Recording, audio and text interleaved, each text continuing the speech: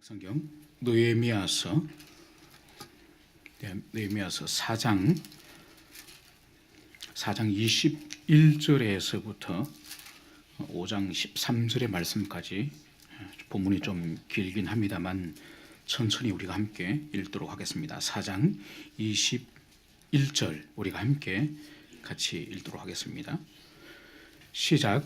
우리가 이같이 공사하는데 무리의 절반은 동틀 때부터 별이 나기까지 창을 잡았으며 그때 내가 또 백성에게 말하기를 사람마다 그 종자와 함께 예루살렘 안에서 잘지니 밤에는 우리를 위하여 파수하겠고 낮에는 일하리라 하고 나나 내 형제들이나 종자들이나 나를 따라 파수하는 사람들이나 우리가 다 우리의 옷을 벗지 아니하였으며 물을 길을 갈 때에도 각각 변기를 잡았느니라. 그때 백성들이 그들의 아내와 함께 크게 부르짖어 그들의 형제인 유다 사람들을 원망하는데 어떤 사람들은 말하기를 우리와 우리 자녀가 많으니 양식을 얻어먹고 살아야겠다 하고 어떤 사람은 말하기를 우리가 밭과 포도원과 집이라도 저당 잡히고 이 흉년에 곡식을 얻자 하고 어떤 사람은 말하기를 우리는 밭과 포도원으로 돈을 빚내어 왕에게 세금을 바쳐도다. 우리 육체도 우리 형제 육체와 같고 우리 자녀도 그들의 자녀와 같거늘 이제 우리 자녀를 종으로 파는도다. 우리 딸 중에 벌써 종된 자가 있고 우리의 밭과 포도원이 이미 남의 것이 되었으나 우리에게는 아무런 힘이 없도다 하더라. 내가 백성의 부르짖음과 이런 말을 듣고 크게 노하였으나 깊이 생각하고 귀족들과 민장들을 꾸짖어 그들에게 이르기를 너희가 각기 형제에게 높은 이자를 취하는도다 하고 대회를 열고 그들을 쳐서 그들에게 이르기를 우리는 이방인의 손에 팔린 우리 형제 유다 사람들을 우리의 힘을 다하여 도로 찾았거늘 너희는 너희 형제를 팔고자 하느냐 더구나 우리의 손에 팔리게 하겠느냐 하매 그들이 잠잠하여 말이 없기로 내가 또 이르기를 너희의 소행이 좋지 못하도다. 우리의 대적 이방 사람의 비방을 생각하고 우리 하나님을 경외하는 가운데 행할 것이 아니냐. 너와 내 형제와 종자들도 역시 돈과 양식을 백성에게 꾸어주었거니와 우리가 그 이자 받기를 그치자. 그런즉 너희는 그들에게 오늘이라도 그들의 밭과 포도원과 감람농과 집이며 너희가 꾸어준 돈이나 양식이나 새 포도주나 기름의 100분의 1을 돌려보내라 하였더니 그들이 말하기를 우리가 당신의 말씀대로 행하여 돌려보내고 그들에게서 아무것도 요구하지 아니하이다 하기로 내가 제사장들을 불러 그들에게 그 말 한 대로 하겠다 하고 맹세하게 하고 내가 옷자락을 틀며 이르기를 이 말대로 행하지 아니한 자는 모두 하나님이 또한 이와 같이 그 집과 산업에서 틀어버리실지니 그는 곧 이렇게 틀려서 빈손이 될지다 하매 회종이 다 아멘하고 여호와를 찬송하고 백성들이 그 말 한 대로 행하였느니라. 아멘. 잠시 기도하도록 하겠습니다. 사랑의 주님, 저희들이 주일이 지난 3일 이 밤에 함께 모여서 주님의 음성을 듣기를 원합니다. 주의 말씀을 통하여 교훈하여 주옵시고 이 말씀이 저희들이 잘 깨달아서 저희들의 삶을 돌아보고 저희들이 고쳐서 새로운 존재가 될 수 있도록 은총을 베풀어 주시옵소서. 감사를 드리며 거룩하신 예수님 이름으로 기도합니다. 아멘.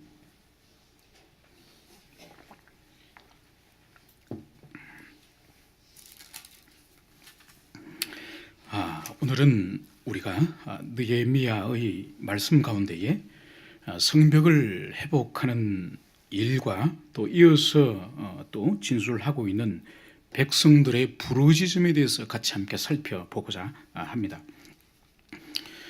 전쟁의 역사를 살펴보면은 시대와 민족은 다르지만은 그 전쟁마다 유사한 점과 차이점들을 발견할 수가 있는 것입니다.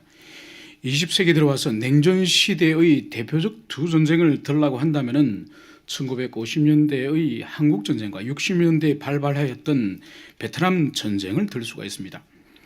이 두 전쟁의 유사한 점은 뭘까요? 바로 자유민주주의 진영과 공산주의 진영 간의 치열한 전쟁이었다는 거죠.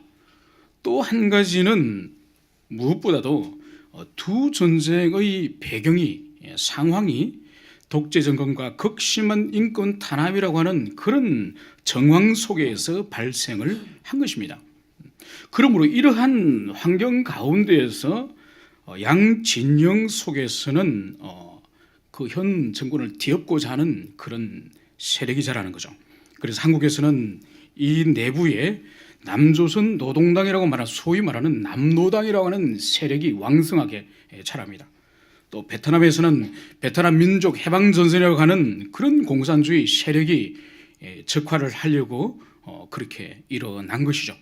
그래서 한국과 이 베트남 안에서는 전쟁이 발발하면서 전선이라고 하는 눈에 보이는 그 전선과 함께 또 자국 안에 보이지 않는 또 다른 전선이 형성됩니다. 그러니까 결국은 두 개의 전선에서 싸움이 일어나는 거죠. 전선에서 싸우고 보이지 않는 내부에서의 싸움이 함께 일어난 것입니다. 결국 이 두 전쟁의 결과는 어떻게 됩니까?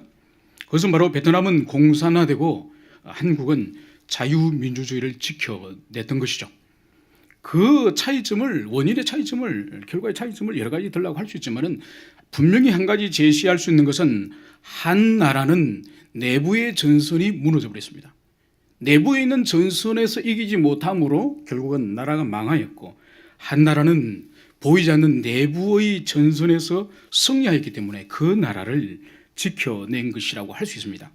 세상 나라의 전선도 이렇게 눈에 보이는 전선과 눈에 보이지 않는 또 다른 전선, 두 개의 전선이 형성되어 있는 것처럼 하나님의 교회와 이 세상의 영적 세계의 전선에도 하나의 전선이 아니라 두 개의 전선이 형성이 되어 있는 것이죠. 그것은 바로 교회 밖에서부터 교회 안을 향하여 바로 핍박과 박해라고 하는 세상에서 교회 안으로 치고 들어오는 전선이 하나 있다고 한다면 또 하나의 전선은 교회 안에서 형성되어 있는 엄밀한 이런 전쟁이 또 교회 안에도 영적인 전쟁이 있는 것이죠.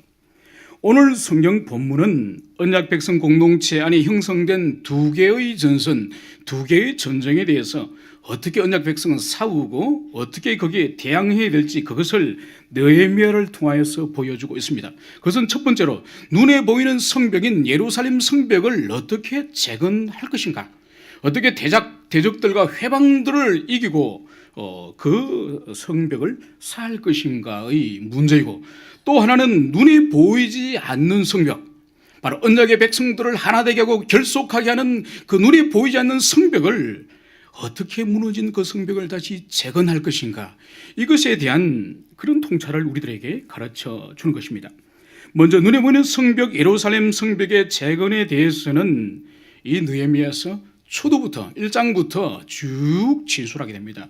어떻게 느헤미야가 예루살렘 성벽에 대한 문제의식을 인식하게 되고 또 그 문제를 해결하기 위해서 느헤미야가 어떤 방식을 취하여서 이 예루살렘까지 당도하게 됐는지가 1장부터 3장까지 진술을 하고 있습니다. 이 4장의 말씀은 바로 하나님께서 허락하셔서 이 성벽을 살 이 시점에 바로 대적들의 회방 또한 함께 시작되었다는 것을, 그것을 보여주고 있습니다. 이 느헤미야는 우리가 알다시피 그 성벽을 재건해야 될 필요성을 알고 제일 먼저 하나님께 기도합니다. 그리고 자신이 하나님께 기도함으로 왕에게 은택을 입고 허락을 받고 조국으로 돌아가기를 그렇게 간구한 것이죠. 그래서 하나님께서 그 왕의 마음을 움직이셔서 바로 그가 자신의 예루살렘으로 돌아오게 되는 것이죠. 그런데 여기서 하나님이 허락하셨고 하나님이 왕의 마음을 움직이셔가지고 그가 이 예루살렘까지 돌아왔는데 이 하나님의 뜻이 저절로 순탄하게 이루어지지 않는다는 것을 4장에서는 그것을 보여주고 있습니다. 저절로 이루어지기는 그냥 강력한 저항이 마주쳤다는 것을 성경은 보여주고 있습니다. 이것은 바로 하나님이 기뻐하시는 일을, 언약의 백성들, 오늘날 우리들이 하나님이 기뻐하시는 일을 행할 때에 순적하게 순탄하게 이루어지지 않을 수도 있다는 것을 보여주는 것이죠. 오히려 대적들과 강한 회방자들에 의해서 그 일들이 오히려 틀어지거나 지연되거나 방해를 받을 수 있다는 그것을 보여줍니다. 여러분, 이것은 이미 가나안 정복 전쟁 시대 때 여호수아에게 하나님께서 그 땅을, 아브라함에게 주셨던 그 땅을 이제 드디어 실현적으로 여호수아 시대 때 그 가나안 땅을 주님이 주시고자 합니다. 그런데 그 약속이 어떻게 이루어졌습니까? 그냥 요단강을 건너가니까 모든 성문을 열어젖히고 모든 가옥을 열어젖히고 환영을 합니까? 그리고 그 땅을 다 저절로 물려줍니까? 아니죠. 그 땅에서 이스라엘 민족이 7년간을 전쟁을 합니다. 여러분, 7년이 짧은 세월입니까? 한국 전쟁이 3년 동안 한국 전쟁이 이루어졌습니다. 그 기간 동안에 얼마나 많은 사람들이 살육과 끔찍한 그런 경험들을 하였습니까? 그런데 3년도 아니고 7년간을 그 긴 세월을 통하여서 하나님께서 주시고자 하신 그 땅을 비로소 눈물과 땀과 피를 흘려서 얻는 거예요. 하나님의 나라는 이렇게 주님이 주시는 거예요. 주시고자 약속하셨다고 해서 저절로 누워 있으면은 저절로 우리에게 주어지는 것이 아닙니다. 이것은 이 느헤미야보다 한 세대에 앞서서 고레스의 칙령을 가지고 이제 이 성전을 재건하러 왔던 이 스룹바벨에게서도 마찬가지죠. 분명히 하나님께서 고레스를 감동시키셔서 고레스 자신이 왕이 된 것은, 또 세계 제국을 제패하게 된 것은 여호와께서 왕되게 하셨다고 그렇게 신앙 고백을 할 정도로 이방의 왕이 예루살렘을 향하여 성전을 세우라고 보냈지만은 정작 스룹바벨과 여호수아가 돌아왔을 때는 그곳에는 무주공산이 아니었죠. 오히려 성전을 세우려고 할 때에 그곳에 사마리아를 비롯하여 많은 사람이 성전을 세우는 것을 회방을 합니다.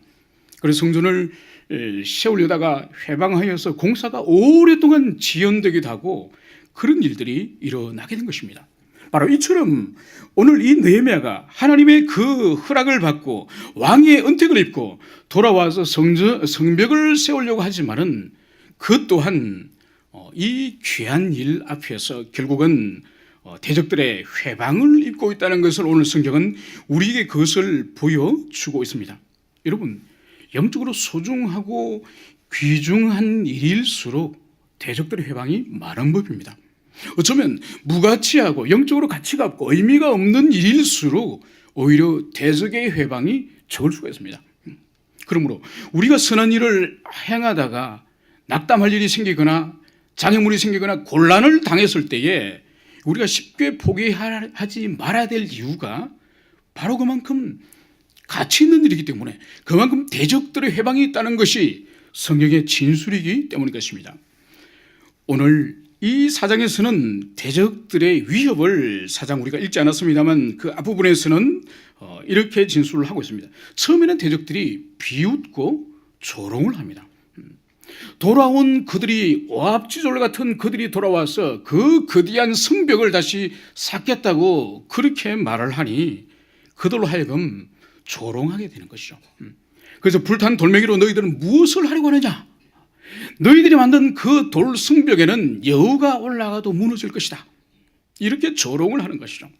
그러나 그 대적의 조롱은 조롱으로 끝나지 않고 이제 현실적으로 끊어진 성벽들이 연결되어지고 또 연결된 성벽이 높이가 이제 올라가니 이들이 이제는 실질적으로 위협을 가하고 그들에게 해를 끼치려고 음모를 꾸미게 됩니다. 그것이 바로 뭔가요? 예루살렘에 올라가서 치고 그들로 요란케 하자는 그들의 실제적인 음모인 것입니다. 여러분, 악한 세력들은 하나님의 자녀들과 하나님의 교회를 향해서 단순히 겁을 주는 게 목적이 아니에요. 단순히 겁을 주는 수준에서 그들이 음모를 꾸미는 게 아니라는 거죠. 그것은 바로 궁극적으로 망하게 하려는 거예요. 궁극적으로 하나님의 일을 그르치게 하려는 거예요. 궁극적으로 선한 일을 하지 못하게 하는 것이 바로 악한 세력과 사단의 목적인 거죠. 그래서 그들은 중간에 가다가 멈추는 것이 그들의 뜻이 아니에요. 그들은 끝까지 성도들을 가게 하는 거예요. 그렇기 때문에 다윗을 보십시오. 결국은 벗은 여인의 몸을 보고 간음하게 하고 마지막에는 우리아까지도 살인하게 하는 거기까지 다윗은 몰고 가는 거죠.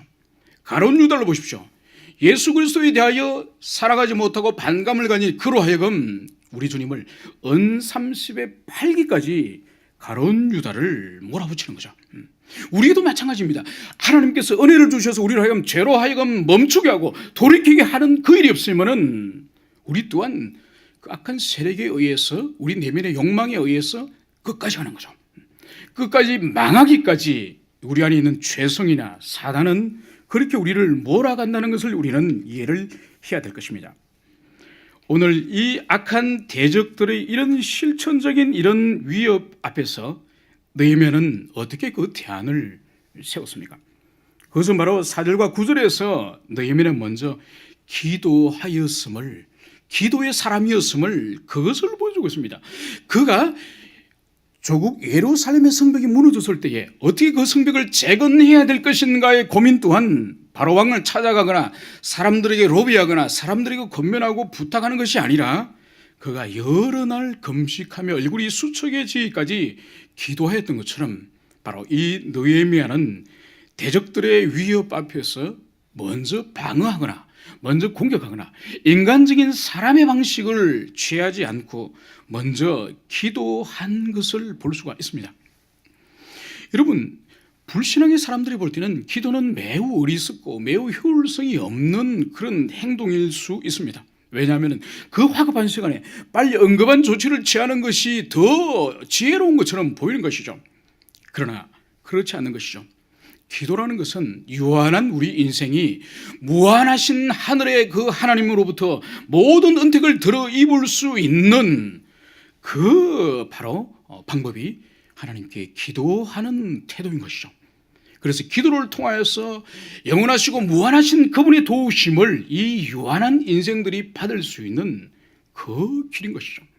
그러므로 이 세상에서 가장 위대한 사람은 기도를 통하여 하나님의 능력과 그분의 은혜를 덧입는 사람이 가장 위대한 사람이요, 가장 무능한 사람은 영원하시고 무궁하신 그 하나님의 능력을 덧입지 못하는 기도 없는 그 사람이 가장 무능한 사람일 수가 있는 것입니다. 오늘 이 느헤미야를 보십시오. 위기에 봉착하니 그가 제일 먼저 취한 이 행동이 바로 기도였던 것입니다. 우리 사람들에게 이 평상시에는 사실 누가 믿음이 있는지, 누가 하나님의 사람인지 잘 사실 몰라요. 이 신앙의 시금석을 잴 수 있는 두 가지의 기준이 있습니다. 하나는 그 사람이 갑자기 형통이 되는 거예요. 그 사람이 높아지는 것이죠. 높아질 때와 또 한 가지는 위기를 만났을 때죠.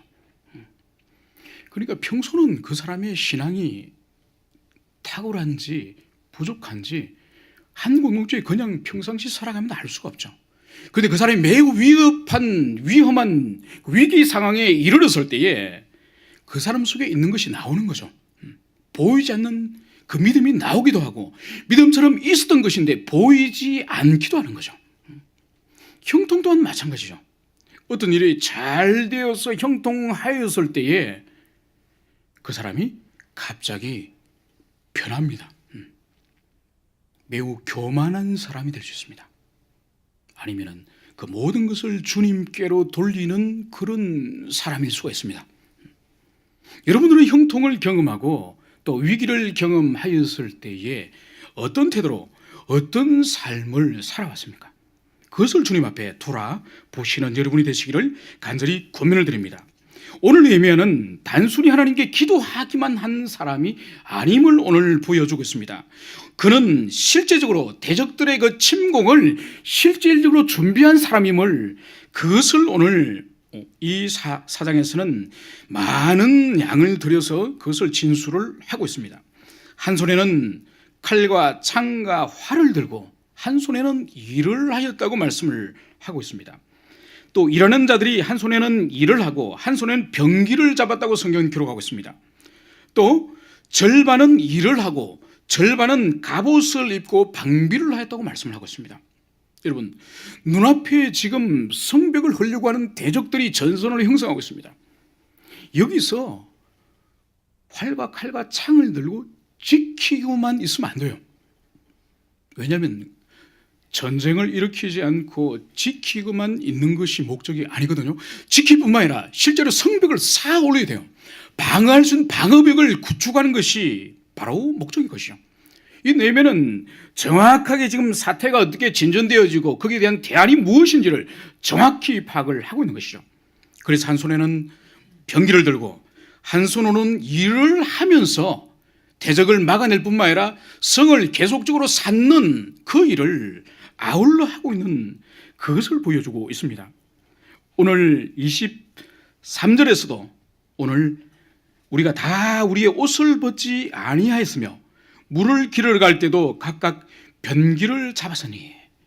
여러분, 이들이 밤에도 잠을 청하여 잘 때 옷을 다 벗고 편안한 복장으로 잠들지 않았음을 보여주는 거죠.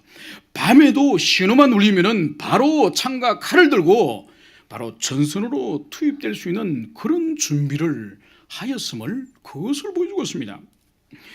이것은 참으로 우리들에게 영적인 그런 삶을 사는 우리에게 깨어있게 하는 그런 말씀이지 않을 수가 없습니다. 어떤 사람들은 기도만 하는 사람들이 있죠. 기도만 하고 마땅히 우리가 해야 될 일들을 그것마저도 주님께 맡겨버리는 그런 것은 신앙이 사실 아닙니다. 그러나 거꾸로 주님께 맡기지 못하고 처음부터 끝까지 모두 우리가 완벽하게 준비하여서 인생의 문제를 해결하려고 하는 그런 사람들이 또 있습니다. 그것 또한 바람직한 태도가 아닌 것이죠. 우리에게 그래서 지혜가 필요한 것입니다. 전적으로 전심을 다해서 주님을 향하여 의존하는 마음을 가지고, 그분을 향하여 신뢰의 마음을 가지고, 이 위기 가운데 주님께서 반드시 선으로 바꾸실 것을 가질 뿐만 아니라, 거기서 끝나는 것이 아니라, 오늘 느헤미야가 한 손에는 병기를 가지고 또 한 손으로는 끊임없이 성벽을 쌓아 올렸던 것처럼 우리들에게 있어서도 이런 실천적인 준비가 삶의 모든 영역에서, 우리의 사역에 있어서도 이러한 부분이 필요한 것입니다. 이제 오늘 저희들이 다룰 이어지는 5장에서 일어나는 이 사건은 언약 공동체의 위기의 또 다른 국면을 5장에서 말씀을 하고 있습니다. 그래서 4장은 밖으로부터의 그런 위기였다고 한다면은 이 5장은 안으로부터 일어난 그러한 위기를 밝히고 있는 것입니다. 오늘 5장 1절에 그때라고 말씀을 하고 있습니다. 이 부분을 잠시 살펴볼 때에 사실 그때에 우리가 이 부분을 잘못 오해를 하면은 바로 성벽을 쌓고 있는 그때로 오해를 해서는 안 되는 것입니다. 왜냐하면은 이 5장의 이 사건은 바로 성벽을 쌓다가 중간에 일어난 사건이 아닙니다. 느헤미야가 일부러 4장과 6장 사이에 5장을 지금 삽입을 했는데, 시기적으로는 5장 14절에 가보면은 이 사건이 느헤미야가 총독으로 부임한 지 이후 12년 이후에 일어난 사건임을 알 수 있습니다. 그렇다고 한다면은 느헤미야가 총독으로 부임한 것은 BC 444년경에 일어난 일이죠. 그가 이 성벽을 공사를 착수한 이후에 52일 만에 성벽을 완성합니다. 그렇다고 한다면은 이 5장의 사건은 그 이후에 한참 후에 일어난 일인 것이죠. 그러면 왜 느헤미야가 이 5장의 이 12년 후에 일어난 일을, 왜 성벽을 재건한 그 사건들 중간에 이 일을 삽입을 했을까요? 그것은 바로 의미의 문제인 거죠. 그러니까 이 느헤미야 이 4장에서 일어나는 이 대적들이 바로 이 성벽을 이 쌓는 이것을 회방하고 대적하고 있는 것이 공동체의 위기인 것처럼 5장에 나타나고 있는 이 사건 또한 이 언약 공동체의 큰 위기 가운데 있기 때문에 같은 위기를 이 느헤미야 공동체는 어떻게 이겨내는지, 어떻게 극복하는지 그 교훈을 주고자 이 5장을 4장과 6장 사이에 이제 사건적으로 삽입을 하고 있는 것을 우리는 이해를 해야 할 것입니다. 오늘 5장 1절에서는 오늘 이렇게 말씀을 하고 있습니다. 백성들이 그들의 아내와 함께 크게 부르짖어. 오늘 보십시오. 이 백성은 이스라엘 백성을 말하는 거죠. 그러니까 포로로 끌려갔다가 70년 만에 돌아와서 이제 그 후손들이 지금 이루고 있는 그 언약 백성 공동체를 말한 것입니다. 백성들이 그들의 아내와 함께 크게 부르짖어. 여기서 우리가 볼 수 있는 것은 이 시기에 여인들이 등장을 한다는 거죠. 아내들. 그러니까 이 시기 문서에는 이 아내들에 대하여서, 여인들에 대해서 잘 기록하지 않습니다. 그런데 이스라엘 백성 그 남성과 함께 그 아내들이 함께 지금 크게 부르짖고 있다고 말씀을 하고 있습니다. 이것은 이 부르짖다고 이 그 히브리어 이 차크라고 하는 이 동사는 그 어디에 사용되는 거니까 출애굽기 11장에 가면은 마지막 그 첫 번째 유월절, 이집트에서 10가지 재앙의 마지막 그 재앙인 첫 번째 유월절 그날 밤에 이집트에 양의 피를 문설주에 바르지 않은 모든 가정의 어린 생명들이 다 죽임을 당하지 않습니까? 바로 그 다음날 애굽에 큰 통곡이 들어갈 때 바로 그때 사용된 단어가 이 차크예요. 그렇다고 한다면 오늘 이스라엘 백성들이 그들의 아내와 함께 크게 부르짖는 것, 다른 표현으로 방성대곡하였다. 도대체 무슨 일이 있었길래 이스라엘 언약 백성들이 통곡을 하고 그것도 자기 아내와 함께 통곡하였다고 성경은 기록하고 있을까요? 아내와 함께 통곡했다고 볼 때에 이 문제는 보통 문제가 아닌 것이죠. 그냥 언약의 백성들이 통곡하였다는 것이 아니라 백성들과 함께 그의 아내들이 통곡하였다는 것은 그 가정 안에 가정 전체를 뒤흔드는 어떤 위기가 있음을 보여주는 것이고, 더 나아가서 이것이 언약 공동체 전체를 연대를 언약 백성의 거룩한 연대를 깨뜨리는 위기가 분명히 있다는 것을 그것을 보여주고 있습니다. 그런데 오늘 우리가 살펴볼 것은 크게 부르짖는 이 일과 함께 일어나는 일이 뭐죠? 크게 통곡하고 방성대고 부르짖을 뿐만 아니라 함께 발생한 일이 바로 뭐죠? 바로 그들의 형제인 유다 사람들을 원망하는데, 포로 가운데 그들이 비참하게 살아가다가 이제 조국으로 들어온 그 언약의 공동체 안에서 서로를 원망하는 일이 생겼다는 거예요. 도대체 그 일이 무엇이길래 부부가 함께 통곡하면서 같은 언약의 백성들을 서로 원망하는 이 일이 일어났을까요? 그것은 바로 이어지는 2절에서 5절의 말씀에서 그들이 도대체 무슨 일이 있었는지 그들의 입으로 진술하는 내용이 바로 2절에서 5절까지 바로 그 내용을 기록을 하고 있습니다. 그것이 바로 뭔가요? 2절에서는 그들의 자녀가 많음으로 양식을 얻어먹게 됐다. 그러니까 양식이 결핍되어서 지금 궁핍 가운데에 이스라엘 백성들 가운데 일부분이 궁핍 가운데 있음을 보여주는 거죠. 3절에서는 뭔가요? 밭과 푸도원과 집을 저당 잡히고 흉년의 곡식을 얻어먹자. 그리고 흉년이 들고 매우 극심한 기근 가운데서 그들이 굶주리게 되었으니 이제 그들의 이 밭과 푸도원, 그러니까 조상으로부터 물려받은 그런 기업이죠. 그 기업을 저당 잡히고 이제 곡식을 얻어먹게 되는 그런 상황에 어떤 사람들이 또 있다는 거죠. 자, 세 번째는 뭔가 4절에서 바로 밭과 포도원을 이제 저당 잡히고 빚을 내서 왕에게 세금을 줬다는 거예요. 그러니까 혹독한 그 페르시아 제국의 혹독한 그 조세 제도를 여기서 또한 볼 수 있는 것이죠. 마지막 5절에서는 뭔가요? 자녀를 종으로 팔고 밭과 포도원도 남의 것이 되었다. 이제는 가난하고 결핍되어서 더 이상 이제는 돈을 만들 수가 없어서 드디어 자녀들을 종으로 팔고 노예로 팔고, 더 나가서 이제는 조상이 준 그 기업 그것마저도 이제는 남의 소유가 되었다고 이스라엘 백성들이 부르짖고 탄식하는 소리를 여기서 느헤미야는 기록을 하고 있는 것이죠. 바로 뭔가 이 포로 공동체의 이 느헤미야 공동체의 문제점이 뭔가요? 이것은 매우 복합적입니다.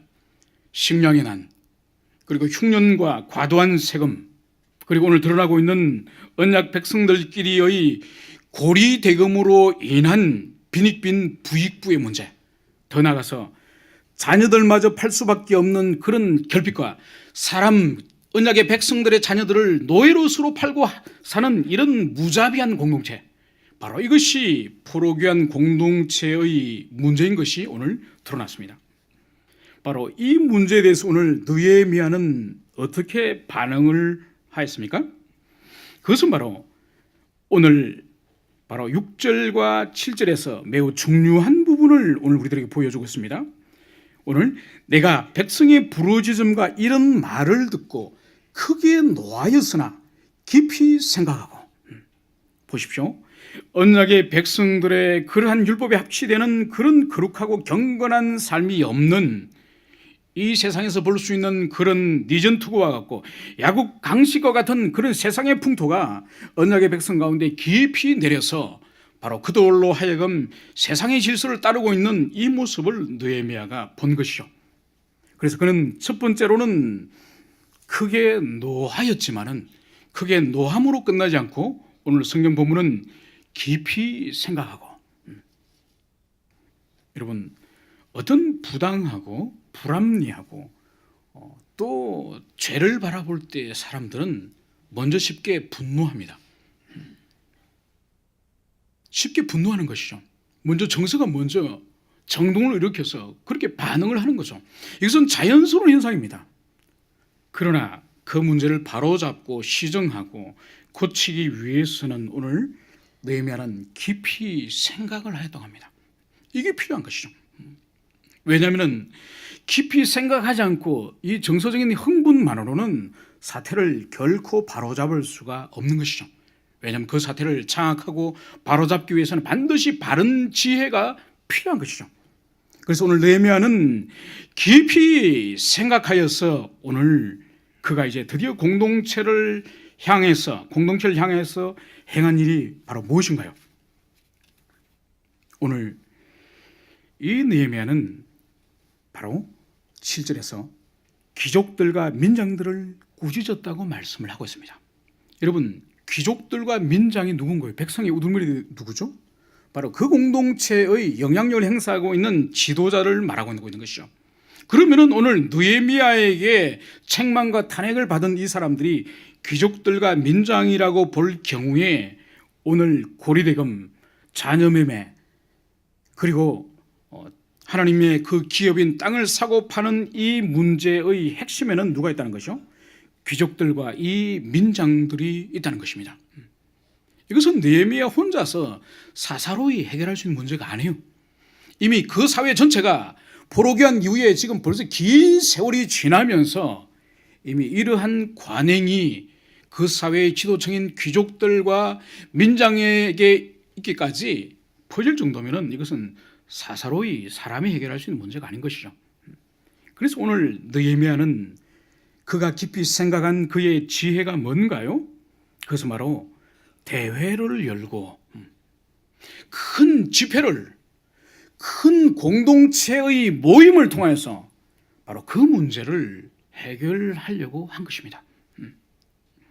여러분, 하나님의 나라의 방식들이, 하나님의 나라의 일들을 처리함에 있어서 모든 방법들이 똑같이 그렇게 하는 것은 아닙니다. 여러분, 이 느헤미야보다 한 시대 앞선 에스라의 문제의 해결 방식과 느헤미야의 방식은 또 좀 달라요.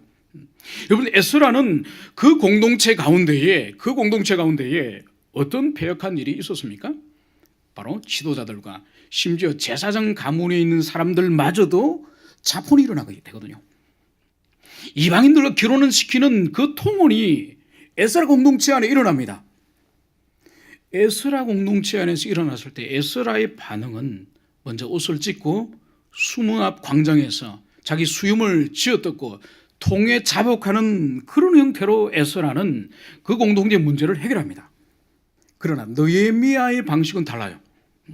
느헤미야가 하는 이 방식은, 느헤미야는 총독이에요, 총독.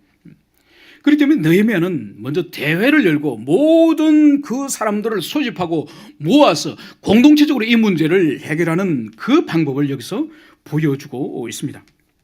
오늘 느헤미야가 탄핵하는 내용이 7절과 8절에서 어떤 내용이 있습니까? 바로 7절에서는 형제에게 높은 이자를 취하는도다.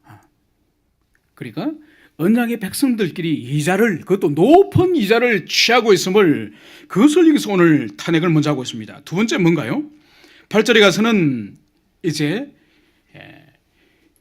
자녀들을 인신매매하는, 사람을 물건처럼 팔고 사는, 거래하는 인신매매에 대해서 그것을 탄핵을 하고 있습니다. 그리고 더 나아가서 이제 3, 4절에서 보면은 바로 조상으로부터 물려받은 여호와의 기업인 부동과 밭을 사고 파는 그 거래를 여기서 하는 것을 볼 수 있습니다. 여러분, 세상의 관점으로 볼 때는 이 느헤미야의 이 탄핵은 사실 타당하지 않는 것이죠. 그 시대의 문헌이나 그 시대의 자료를 보면은 곡식을 빌려주거나 돈을 빌려줬을 때는 최소한 20%에서 최대한 50%까지 이자를 받는 것이 그 페르시아 바벨론 시대의 관행입니다. 그것이 그 시대에 통용되는 관행이에요. 그리고 자신이 이제 경제적으로 약화되었을 때에 자기 소유였던 땅이나 포도원을 파는 것은 당연한 것이죠. 팔아서 그 이익을 가지고 자기가 생존하고 또 자기가 소득을 얻어서 수입을 남기면 또 다른 사람의 땅을 사기도 하고, 그것은 그 시대나 오늘날 우리 시대나 너무나도 자연스러운 상행위가 아니겠습니까? 그러나 세상 사람들에게는 문제가 되지 않지만 이 시대의 언약의 백성들에게 있어서는 그것은 문제가 되는 것이죠. 왜냐하면 하나님의 백성은 그 시대에 통용되어지거나 그 시대의 관행으로 누구든지 행하는 넓은 길을 가는 사람이 하나님의 백성이 아닌 것이죠. 그것은 바로 하나님의 말씀과 하나님의 의지인 그분의 계시에 의존하여서 사색하고 계시에 의존하여서 살아가는 그것이 바로 언약 백성의 삶인 것이죠. 그래서 레위기 25장에서는 주님께서는 분명히 조상으로부터 물려받은 기업인 그 토지는 매매하지 못하도록 하는 것이죠. 여러분, 우리는 돈을 가지고 어떤 땅을 사거나 주택을 사면은 그것이 자기 것이 되죠. 그리고 그것을 자기 자식에게 물려주죠. 또 상황이 악화되면은 그것을 또 다른 사람에게 팔기도 하고. 그러나 이스라엘 백성들에게는 그것이 통용이 되지 않습니다. 왜냐하면 사유재산이 아니라 하나님의 소유이기 때문에, 모든 토지는 하나님의 소유이기 때문에 희년이 되면은 원래의 그 토지의 주인에게 돌려주는 거예요. 원래 토지의 주인에게 돌려주는 거예요. 그래서 이스라엘 백성들은 언약의 말씀을, 율법을 따라 살 때는 절대로 빈부의 격차가 일어날 수가 없어요. 그리고 희년이 되면은 또 안식년이 7년마다 돌아오는 안식년이 되면은 만약 돈이 없어서 자기가 채무 노비로, 채무종으로 팔려가면은 7년째 되는 날은 돌려보내줘요. 그래서 종된 신분이 세습되지 않습니다. 7년만 되면 안식년이 되면은 다시 자유를 얻고 원래의 자유민으로 돌아가는 거예요. 그리고 땅을 사고 팔더라도 희년이 되면은 원래의 그 땅의 그 가문으로 그 땅이 돌아가는 것이죠. 이것이 하나님께서 당신의 언약의 백성들에게 주시는 그런 통치 방법인 것이죠. 여러분, 이런 정신들은 오늘날도 하나님의 교회와 서구 사회의 면면이 어느 정도 스며 있음을 그것을 보여줍니다. 여러분, 희년이 되면은 채무 탕감을 하잖아요, 그죠? 그래서 기독교 국가 가운데서는 희년을 맞이하였을 때에 바로 제3세계라든지 최빈국의 국채를 통하여서 그 차관을 빌려준 것을 탕감하고자 하는 그 운동이 있습니다. 우리는 이제 그런 가난을 벗어난 나라지만 아프리카에 엄청나게 많은 나라들이 아직도 엄청난 외채에 시달리고 있습니다. 그러니까 그 나라들은 구조적으로 갚을 수가 없어요. 언제 그들이 개발되어서 선진국이 되어서 갚을 수 있겠습니까? 그는 구조적으로 탕감해 줘야 될 문제예요. 바로 언약의 백성들에게 있어서는 하나님께서 그런 방식으로 경제의 원칙을 하나님이 세상과 다르게, 바벨론과 다르게, 이 시대와 다르게 정하실 거예요. 그 기원은 거슬러 올라가면은 언약의 백성 가운데 특별히 출애굽 시대를 보십시오. 출애굽 시대. 출애굽 시대 때 여러분, 하나님이 정하신 최고의 경제법이 뭔가요? 만나 제도예요. 만나 제도. 여러분, 만나 제도는 하나님이 정하신 최고의 경제법인데 그 만나 제도의 그 본질이 뭔가요? 필요한 만큼 가져간다는 거예요. 그리고 과잉 금지. 필요하지도 않는데 과잉으로 가져가는 것은 금지하는 거예요. 필요한 만큼 주는 거예요. 능력에 의해서 가져갑니까? 아니죠. 이른 새벽에 일어나서 큰 그릇에 한 100호멜씩 이렇게 만나를 쓸어가는 그거 아니에요. 능력만큼이 아니라 필요한 만큼. 그 가정에 필요한 만큼. 그걸 하나님이 주신 거죠. 그래서 모든 공동체가 가난한 자도 없고 또 교만하게 부한 자도 없도록 주님께서 균등하게 그런 제도를 일찍이 출애굽 당시 만나를 통해 주신 거죠. 그것이 또 가나안 땅에 들어가서는 각 가정별로 또 가문별로 지파별로 사람의 수에 정확하게 계산해서 땅을 토지를 분배해주고, 그리고 그 토지된 분배는 또 살아가면서 사람의 능력과 또 글에 의해서 또 재산의 이동이 있을 수 있지 않습니까? 그러나 신년이 되면 다시 원래대로 다 돌아가고, 그래서 영원한 부한 자도 없고 영원히 가난에 찌달려 사는 자도 없는 그런 하나님의 그 공평의 법에 의해서 이스라엘 백성들이 살아가도록 주님께서 그렇게 하신 거예요. 그것이 오늘날도 하나님의 교회 안에서 면면히 그것이 이어져 와야 되는 거예요.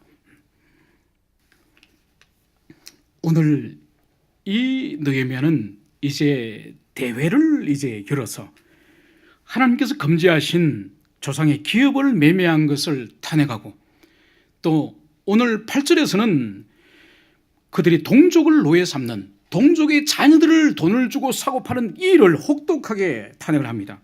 바로 이 느헤미야는 무엇을 말하고 있습니까? 바로 느헤미야와 그의 일행들이 이 페르시아 바벨론에서 돌아올 때에 그 페르시아 포로 공동체 안에 있는 이 노예였던 이 유대인들을 자신들이 힘을 다해서 그 속량을 시켰음을 그것을 말하고 있습니다. 여러분, 이것은 오늘날도 면면히 이 유대인들에게 이어져 오고 있지 않습니까? 그들이 엄청난 물질을 가지고 세계의 경제를 좌우하지만은 그들의 동족이 어디서 고난을 당하고 있다든지, 그들의 동족이 지금도 벌써 60년, 70년이 지난 2차 대전 때 그 아이슈비츠에서 희생당하고 그 학살당했던 그 사람들의 신원을 확인하고 그 사람들의 그 유골과 그 사람들의 유물을 그 확인하기 위해서 지금도 엄청난 물질을 들여가지고 그 사람들을 그들이 찾고 구하려고 하는 것이죠. 여러분, 십몇 년 전에 8월 달이 지나면은 우리 한국에 태풍이 오죠. 태풍이 지나고 나서 저기 제주도 앞바다에 거대한 탐사선이 한 척이 바다를 뒤진 일이 있었습니다. 제가 오래전 일이라서 신문에서 기억이 나는데, 그게 바로 뭔가 하니까 이스라엘의 탐사선이에요. 바로 뭔가 하니까 이스라엘의 상선이 제주도 앞바다를 지나가다가 태풍 때에 전복이 돼가지고 아마 몇 사람이 희생을 당한 것 같아요. 그래서 본국에서 제주도 앞바다까지 탐사선을 보내가지고 시체는 못 건지더라도 그 유가족의 그 애타는 심정을 이해하고 유품이라도 몇 점이라도 건지려고 거대한 탐사선을 제주도 앞바다 보내가지고 그렇게 애를 쓰는 것을 제가 20년 돼가지만 아직도 기억을 하고 있습니다. 바로 뭔가요? 그들에게는 동족에 대한 그 애끓는 그 사랑, 애정, 그래서 그 바벨론의 그 이방에 가 있는 그 동족들 가운데 노예 신분으로 전락되어 있는 그 사람들을 어찌하든지 간에 동족들이 돈을 모아가지고 속량하여서 조국으로 돌아왔는데, 이제 느헤미야 공동체에 어떤 일이 일어났습니까? 포로를 속량하여서 자연으로 만들어서 돌아왔는데 동족 공동체 안에서 자식을 사고 팔고 자식을 매매하는 그 일이 일어났음을 오늘 느헤미야는 혹독하게 이 공동체의 귀족들과 민장을 책망하고 있음을, 그것을 보여주고 있습니다. 오늘 9절에서는 뭐라고 말씀하고 있습니까? 너희의 소행이 좋지 못하도다. 악하다는 거죠. 너희의 행위가 지금 악하다고 탄핵을 하면서 오늘 이어서 뭐라고 말씀합니까? 우리의 대적 이방 사람의 비방을 생각하고 우리 하나님을 경외하는 가운데 행할 것이 아니냐. 바로 그들의 삶이 어디에 초점을 맞춰야 된다고요? 바로 하나님을 사랑하고 하나님을 경외하는 그 태도로서 살아갈 때에 바로 이방인들로 하여금 언약 백성의 그 악한 소행을 가지고 하나님을 조롱하지 못하도록 그 선한 삶을 살아야 되지 않을 것이냐. 이것을 오늘 느헤미야는 이 민장과 이 백성들의 지도자를 향해서 그것을 탄핵을 하고 있습니다. 여러분, 느헤미야와 그 언약의 백성들이 그 페르시아에 있던 그 노예들을 구속해야 하고 속량케 오는 이것은 뭔가요? 그것은 바로 하나님의 은혜의 힘인 것이죠. 바로 진리에 합치되게 살고자 하는 바로 이 느헤미야와 그들의 그러한 영적인 그런 은혜를 보여주는 것입니다. 바로 뭔가요? 그들이 진리에 합치되게 살아갈 때에 매 순간 하나님께 영광과 자신의 소행들이 오히려 하나님께 오히려 그 영광을 가리우는, 이방인들로 하여금 주님을 조롱케 하는 그런 삶을 살지 말아야 되겠다고 하는 그런 삶의 태도가 오늘 바로 이 느헤미야 공동체의 이런 삶을 살아갈 수 있게 하는 것이죠. 그러므로 진리의 힘, 하나님의 은혜의 힘은 단순히 우리의 영혼 구원과 영혼의 정화의 수준에서 우리가 생각하면 안 되는 것입니다. 구체적인 삶의 모든 구체적인 영역 안에서 진리에 합치되는지 진실하고 정직한 삶을 우리가 살아가야 되는 것이 바로 언약의 백성, 진리를 경험한 우리들의 삶의 모습인 것이죠. 이것이 얼마나 힘듭니까, 여러분? 얼마나 힘듭니까? 이 사람들도 수십 년 동안 그 긴 세월 동안 포로로부터 이제는 자유되어 온 그 자유의 감격을 긴 세월 동안 잃어버리면서 바로 주변에 바벨론과 페르시아와 그 수많은 이민족들이 사고 파는 부동산의 거래와 그리고 또 빌려준 이자와 빌려준 곡식에 대해서 정당하다고 생각하는 그 이자를 취하고 또 나가서 돈이 없을 때는 자식마저도 팔아서 생계를 유지할 수 있다고 하는 그런 그들의 마음이 바로 어디서부터 왔겠습니까? 바로 그 주변에 있는 이민족들과 그 주변에 있는 그런 세상의 영향을 받고 이들이 그런 넓은 길을 가지 않았겠습니까? 오늘 이 책망을 오늘 이 느헤미야는 다 하고 그들로 하여금 이제는 결단케 합니다. 바로 그 결단이 뭔가요? 바로 11절과 12절에서 그것을 말씀을 하고 있습니다. 바로 그들의 밭과 포도원과 감나무와 집이며 너희가 꾸어준 돈이나 양식이나 세포도주가 기름의 100분의 1을 돌려보내라. 이제는 부당하게 취한 것을 돌려보낼 것을 그것을 말씀을 하고 있습니다. 더 나아가서 이제 그것을 이제는 단순히 돌려보내기를 말할 뿐만 아니라 이제는 하나님 앞에 맹세하도록 12절에서는 맹세하도록 합니다. 그리고 13절에서는 맹세한 자들이 그것을 실천하지 않을 경우에 이제 느헤미야가 옷을 털면서 바로 이 옷에 있는 모든 것들이 틀리듯이 이 맹세를 지키지 않는 자는 그의 집과 산업이 이렇게 모든 것이 틀리듯이 빈털터리가 될 것을 선언합니다. 바로 이 말씀 앞에 모든 회중들이 아멘하고 여호와를 찬양하였다고 말씀을 하고 있습니다. 여러분, 여기서 우리가 볼 수 있는 것은 놀라운 하나님의 은혜가 이 짧은 시간 안에 임하였다는 것을 볼 수 있습니다. 왜냐하면 자녀를 거래하고 고리대금을 취하고 기업을 사고팔 정도로 이들이 영적으로 뒤로 물러나 있었지만은 오늘 이 느헤미야의 이 책망과 이 대회 앞에서 그들이 삶을 돌이키기로 작정하였음을 볼 수 있습니다. 그것은 도대체 무슨 일이 있었을까요? 그것은 바로 두 가지입니다. 첫 번째는 느헤미야가 사사로이 말하는 것이 아니라 그가 모든 책망과 지적은 하나님의 말씀에 근거한 하나님의 율법에 근거한 말씀이었기 때문에 이들이 양심을 찔렀고 이들이 참여하고 이들이 삶을 내려놓고 주님 앞에 이제 다시 순복의 자리로 돌아왔음을 첫 번째로 보여주고 있습니다. 그리고 두 번째로는 이들이 순복할 수 있던 두 번째의 원인은 우리가 읽지 않았습니다만 14절부터 19절까지 있는 느헤미야의 바로 모범적이고 청빈한 실천적인 삶에서 바로 그 힘이 나왔음을 그것을 보여주고 있습니다. 오늘 이 14절부터 29절까지 있는 이 말씀은 느헤미야가 12년 동안 총독으로 와 있었지만은 총독의 녹을 먹지 않았다고 말씀하고 있습니다. 자기보다 앞서 왔던 총독은 바로 백성들에게 이익을 취하고 오히려 착취하였지만은 자신은 12년 동안 총독의 그 급료를 받지 않고 있었다고 말씀을 할 뿐만 아니라 더 나아가서 자기 집에 음식을 배설해서 수많은 오히려 백성들이 자기 집에서 먹고 마시고 신세지는 그 일이 있었음을 보여주는 것이죠. 여러분, 여기서 우리가 무엇을 볼 수 있습니까? 아무리 진리에 합치되는 말씀을 가르치고 합치되는 말을 그렇게 지도한다고 해서 사람은 쉽게 변화되는 것이 아닙니다. 왜냐하면 사람은 진리를 귀로 들을 뿐만 아니라 눈은 진리를 가르치는 그 사람을 주목합니다. 그게 문제예요. 느헤미야에게 있어서는 바로 오늘 귀족들과 이 민장들을 탄핵할 수 있는 그 힘이 바로 자기 자신의 실천적인 청빈의 삶으로부터 나왔음을 그것을 보여주고 있는 것입니다.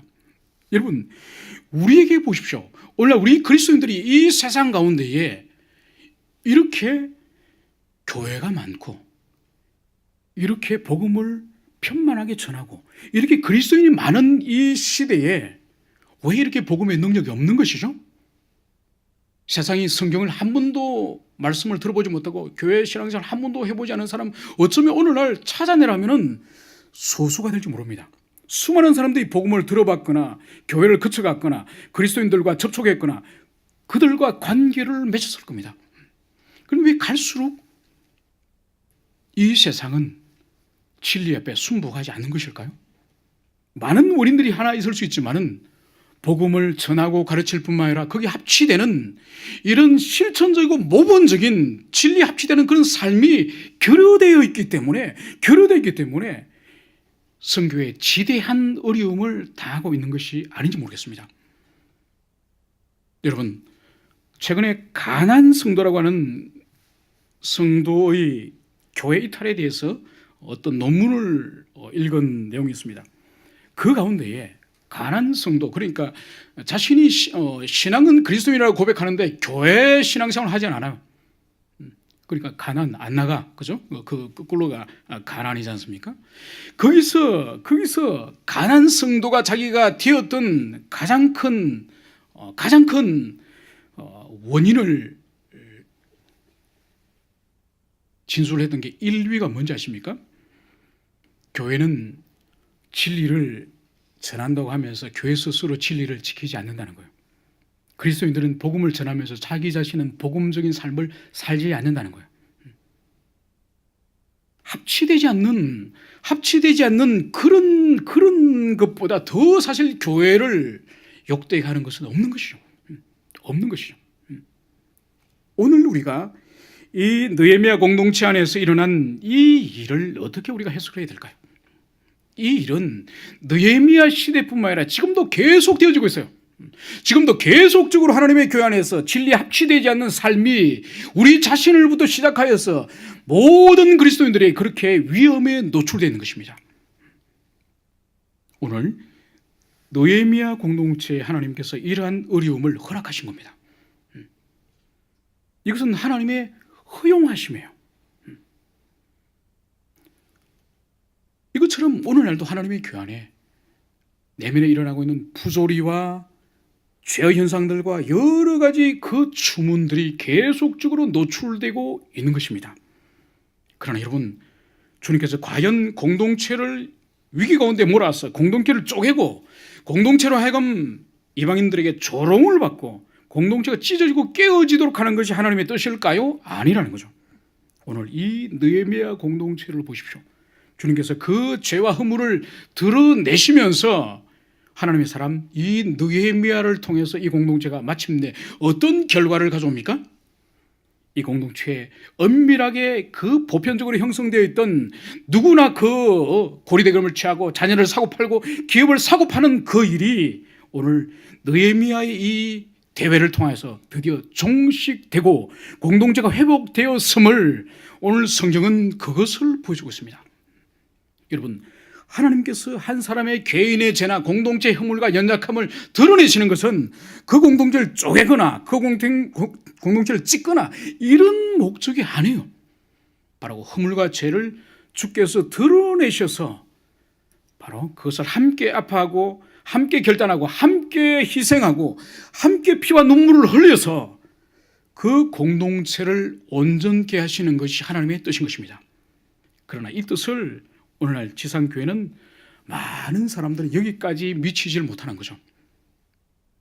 바로 이 원인의 문제가 어디서 일어났는지를 시작으로 해서 나누어지고 찢어지고 쪼개지는 그 일을 통하여서 결국은 하나님께서 의도하지 않은 다른 결과를 빚어내는 것이죠. 이 시대를 보십시오. 이 시대가 영적으로 어두워져 가고 진리 가운데서 있지 못한 증거들이 바로 그것이지 않습니까? 오늘 바로 세상의 나라의 전선이 바로 보이는 전선과 보이지 않는 은밀한 전선 가운데서 전쟁이 일어나는 것처럼 하나님의 교회 안에 또 우리 자신의 신앙의 영역 안에서 밖으로 드러나는 전선과 함께 드러나지 않는 은밀한 전선이 내 안에 또 우리 공동체 안에 있음을 깊이 생각하면서 우리가 깊이 주의 뜻을 분별하는 여러분이 되기를 간절히 축원합니다. 하나님의 교회 안에서 비록 성전을 복구하고 성벽을 쌓는다 할지라도 그 성벽 안에서 언약의 백성들끼리 이런 보이지 않는 이런 죄가 용납이 된다고 한다면 그 공동체는 얼마 가지 못해서 언약 백성의 그 연합이 붕괴되고 말 것입니다. 한국교회 또한 마찬가지죠. 세계 선교를 하고 구제를 하고 밖으로 수많은 일을 그렇게 해내지만은 교회 안에 은밀한 죄와 싸우는 거룩한 성화의 삶이 결여되면 바로 모래 위에 집을 짓는 그런 교회가 되고 말 것입니다. 우리 자신의 신앙과 우리 공동체의 신앙이 어떠한지를 돌아보는 여러분 되시기를 축원합니다. 함께 기도합시다.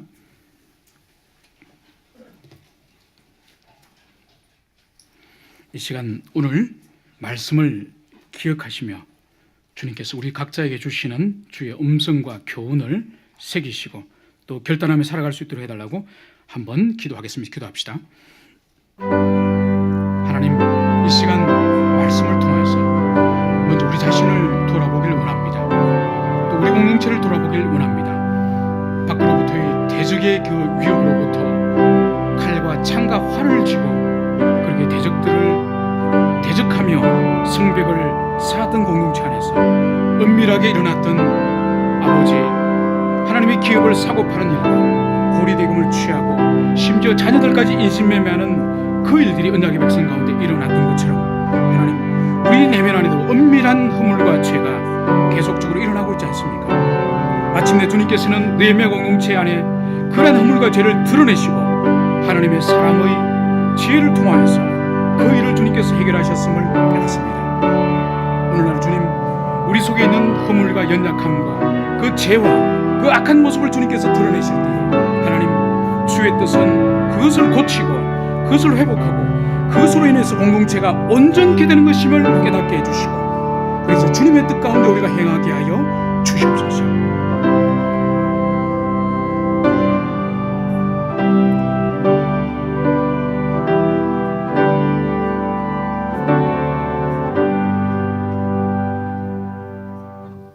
이제는 우리 주 예수 그리스도의 은혜와 하나님 아버지의 사랑과 성령 하나님의 교통하심이 이제로부터 영원히 함께 있을지어다. 아멘.